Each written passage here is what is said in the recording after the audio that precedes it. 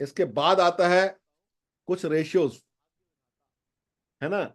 इससे क्या अंदाजे लगते हैं बताएंगे। मैंने आपको बताया करंट असेट जो है लगभग 6 महीने के पीरियड में जो भी बदलाव करने वाले हैं, करंट असेट वो कहलाएगी। बहुत लंबे समय की है तो फिक्स एसेट कहलाएगी।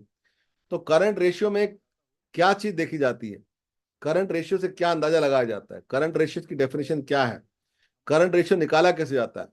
तो जितनी भी करंट संपत्तियां हैं, हमने देखा था ना करंट असेट इतनी सारी, वो और उसको डिवाइड करते हैं करंट लायबिलिटी से। तो जितना हमारे पास खुद का पैसा है, यानी हमारी असेट है जो हमारे पास है, और जो हमें देना है, उनको डिवाइड करके एक रेशियो निकालते हैं। अगर मान लीजिए एक एग्जांपल लेते हैं कि आपके पास 1 करोड़ रुपए जो है ना, वो आपको देना है और 2 करोड़ रुपए आपको लेना है। 2 करोड़ रुपए की आपकी जो है ना टोटल करंट असेट्स हैं, ठीक है। उधार लेना है आपको, आपका स्टॉक रखा हुआ है, ये सब आपके पास 2 करोड़ रुपए की है।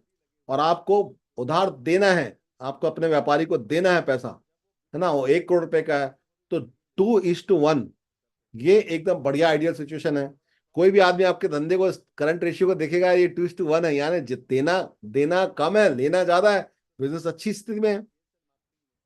अब कई बार क्या होता है कि देना जो है वो ज्यादा होता है, लेना कम होता है, तो बिजनेस खराब स्थिति में रहता है। तो हमको ये देखना रहता है कि अगर मान लीजिए हमको 2 करोड़ रुपए देना और 1 करोड़ रुपए हमारी लागत है उसमें, बिजनेस में, हमारा जो जो स्टॉक है, हमारा जो लेनदारियां हैं वो केवल 1 करोड़ रुपए की हैं, और देना 2 करोड़ रुपए है। तो फिर हमारे पास लगेगा ना कि यार अचानक पैसा देना पड़ा तो कहां से देंगे, 2 करोड़ रुपए देना और 1 करोड़ रुपए कुल है हमारे पास।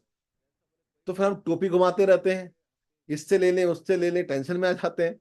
तो बिजनेस में सारा खेल जो है ना इस बात का है कि हमारा करंट रेशियोज क्या है। करंट रेशियो हमारा बैंक चेक करता है, करंट रेशियो से वो हमें उधार देता है, करंट रेशियो देखता है कि यार कैसा है। हर महीने हमें भी अकाउंटेंट से बोलना चाहिए कि करंट रेशियो देख के बताओ क्या है। ये करंट रेशियो ही हमारे बिजनेस का आईना है। क्योंकि फिक्स एसेट तो फिक्स है, हम कोई दुकान तो बेचने वाले हैं नहीं कि बिल्डिंग का बेचेंगे तो उसका पैसा आएगा, उससे तो कुछ चीज होने नहीं है, वो तो फिक्स रहेगी। मशीनें तो बेचनी नहीं है हमारे को अपनी मैन्युफैक्चरिंग में। हमारे बिजनेस में जो बिकना है, जो जो जो जिसको बोलते हैं ना, जो ऑपरेशनल है, जो बदलेगा, वो करंट एसेट, करंट लाइबिलिटी है। तो उसका रेशियो जो है हमारा डिसीजन मेकिंग में हेल्प करता है। क्लियर है? यस। वाह ग्रेट। तो हमारी तो है बहन जी बता रही है कि आपने बड़े आसान तरीके से इस बात को समझा दिया। एक और रेशियो जो बहुत महत्वपूर्ण है, डेब्ट टू इक्विटी रेशियो। एक अपन ने देख लिया करंट रेशियो, एक अपन ने देख लिया डेब्ट टू इक्विटी रेशियो। वो क्या होता है, देखिए बहुत गौर से समझते हैं हम लोग इस चीज को। अभी हमने समझा कि असेट, करंट असेट जो है उसको डिवाइड करेंगे करंट लायबिलिटी से तो करंट रेशियो निकलेगा। लेकिन अगर हम अपनी टोटल लायबिलिटी जो देनदारियां हैं, है ना, हमने मान लीजिए उधार देना है अपने, जिनसे माल लिया है, स्टॉक लिया है, क्रेडिटर्स है, वेंडर्स हैं, उसको देना है।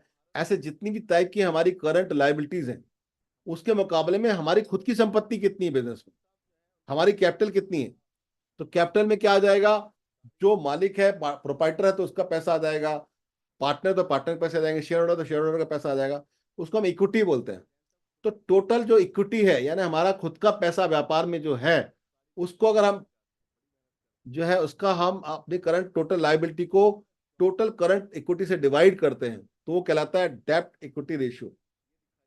ठीक है। अब यहां पर दो सिनेरियो बताए गए हैं।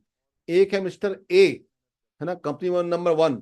तो उसमें दिखाया गया है कि उनका जो बिजनेस लोन है वो है लगभग $1 लाख का, है ना, लगभग 80 लाख रुपए का, $1 लाख समझ लीजिए।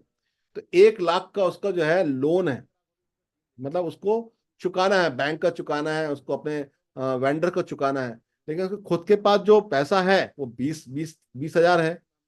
तो आप सोचिए कितना खुद का पैसा कितना कम है, $20,000 खुद के पास है और $1 लाख चुकाना है ना, स्थिति खराब है उसकी।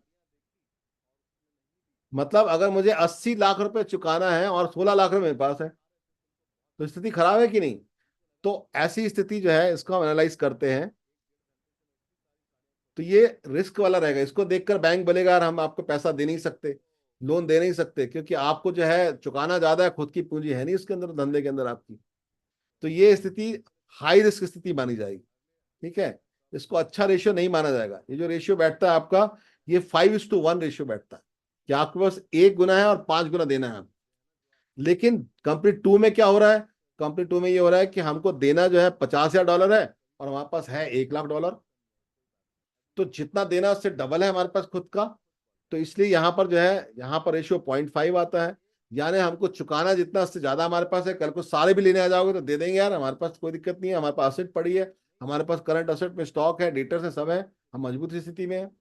तो जब भी आपका बैंक लोन देगा, जब भी कोई व्यक्ति आपकी संस्था के बारे में आपकी, उसको बोलते हैं ना कि तय करेगा वैल्यूएशन, तो उसमें डेप्ट टू इक्विटी रेशियो चेक करेगा और उसको इस तरह से निकाला जाता है।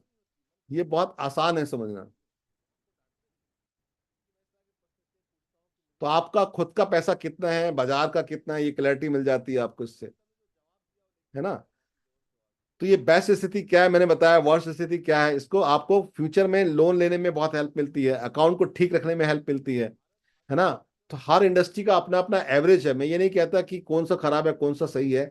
कई बार क्या होता है कि इंफ्रा इंडस्ट्रीज होती हैं, ब्रिज बनाना है, पुल बनाने हैं बड़े बड़े, तो वो इकट्ठा लोन ले लेते हैं, तो उनकी स्थिति तो लगती है कि अरे बहुत कमजोर स्थिति है, इतना कर्जा चुकाना है इनको, खुद का तो पूंजी है ही नहीं, बहुत कम। लेकिन इंफ्रा वाले जब, जो कोई इंफ्रास्ट्रक्चर बना रही कंपनी या पुल बना रही है, मान ली कोई कंपनी, करोड़ों अरबों रुपए का उनका पुल का ठेका, और लगते ही जा रहा है पैसा, लगते जा रहा, लगते जा रहा, लगते जा रहा है। लेकिन जब वो पैसा, जब वो उनका पुल बन जाता है और यातायात चालू हो जाता है, फिर आता रहता है, आता रहता है, आता रहता है। तो ऐसा जरूरी नहीं है कि अगर आपका जो है डेब्ट इक्विटी रेशियो जो है वो बढ़ा हुआ है तो आपकी स्थिति खराब है।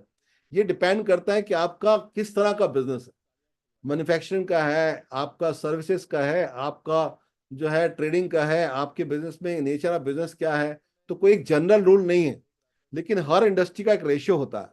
तो आपको देखना है कि आपकी जिस इंडस्ट्री से हैं, उस इंडस्ट्री के रेशियो के आसपास आप रहेंगे तो ज्यादा अच्छा रहेगा। इसको विस्तार से हम चर्चा करते हैं अपने हैंड होल्डिंग प्रोग्राम में, ठीक है।